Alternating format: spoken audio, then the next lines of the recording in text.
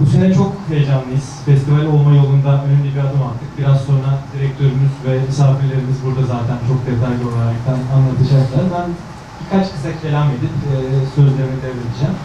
Artık tüketen bir toplumda her şey kısa olmaya doğru gidiyorken bizim bir şeyleri kısa olarak anlatmamız, izah etmemiz çok daha kıymetli, çok daha özel ve akılda kalıcı. Ve biz de bu derdi yaşayan insanlar olaraktan bu mecralarda kendimizi bu şekilde ifade etmek adına kıssadan hisse çıkarıp kıssadan hisse adıyla yolumuza festival olarak devam ediyoruz. Bahsettiğim gibi en iyi kurmaca, belgesel ve animasyona OSE tarafından sinema eğitimi verilmiş olacak. Liseli kardeşlerimizi bu anlamda çok önemsiyoruz.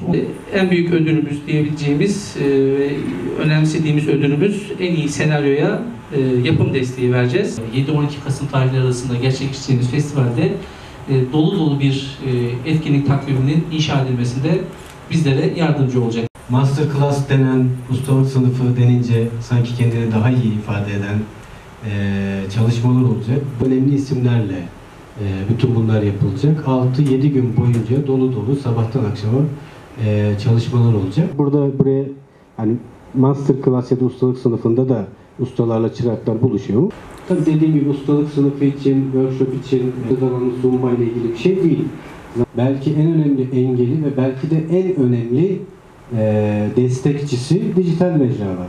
Evet, kısadan hisse olarak gerçekleştirdiğimiz kültür sanat etkinlikleriyle toplumumuzun ve özellikle gençliğimizin ruhsal ve sanatsal gelişimlerine katkı sağlamak, sinema kültürünü toplumun geneline yaymak, gençlerin çağımızın dili olan görselliğin sanat formu olan sinema aracılığıyla kendilerini ifade etmelerini teşvik etmek ve böylesi oluşumlara zemin hazırlamak ve gençlerimizin sinema konusundaki yeteneklerini keşfetmelerini sağlamak gibi birçok hedefi içimizde barındırıyor ve çalışmalar gerçekleştiriyoruz.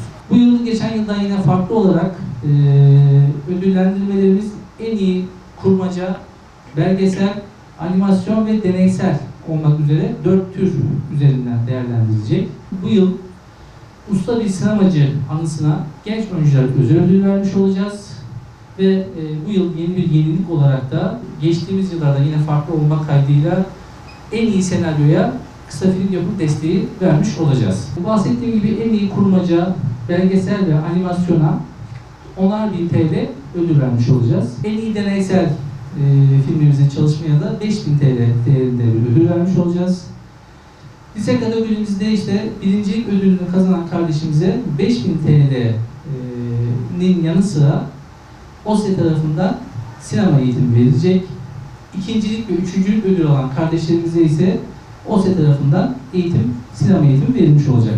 Bütün başvurularımızı bu yıl senaryo ve film başvurularımızı Film Freeway üzerinden almayı planlıyoruz.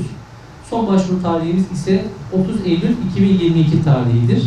7-12 Kasım 2022 tarihleri arasında 5 günlük dolu dolu bir festival haftamız olacak inşallah. İdeal bir festivalin gerektirdiği çoğu şey ama biraz daha kendinin farkında, yorganının farkında olan bir istikamet, bir yol haritası çizildi.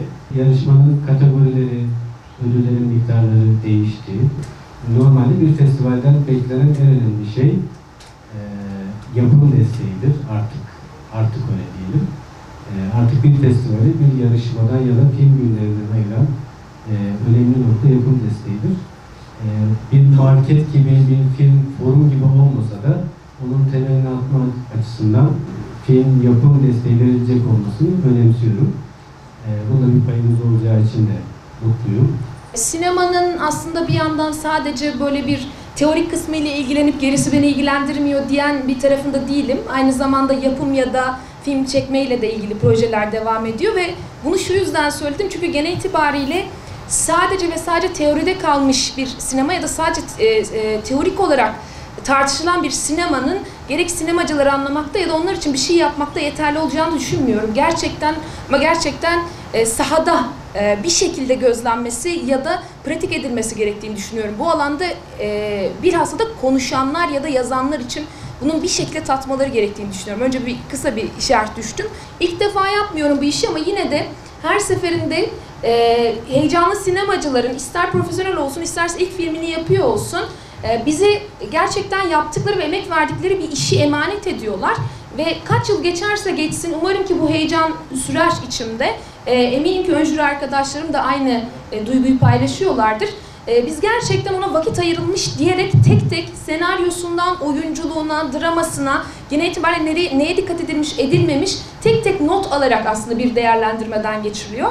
Genelde ön jürinin safhası çok aşikar edilmez. Birazcık daha neye göre belirledik, neye göre seçildi hep akıllarda bir kalır. Ama bunların da inşallah dillendirileceği daha fazla mecralarımız olur ki böylece sinemacılar doğru yönlendirilmiş olur. Belki saniyelik bir görüntü ama bir dakikalık bir görüntü ama arka planında nasıl bir emek harcandığını, nasıl özveriyle çalışıldığını hakikaten size anlatmam çok zor.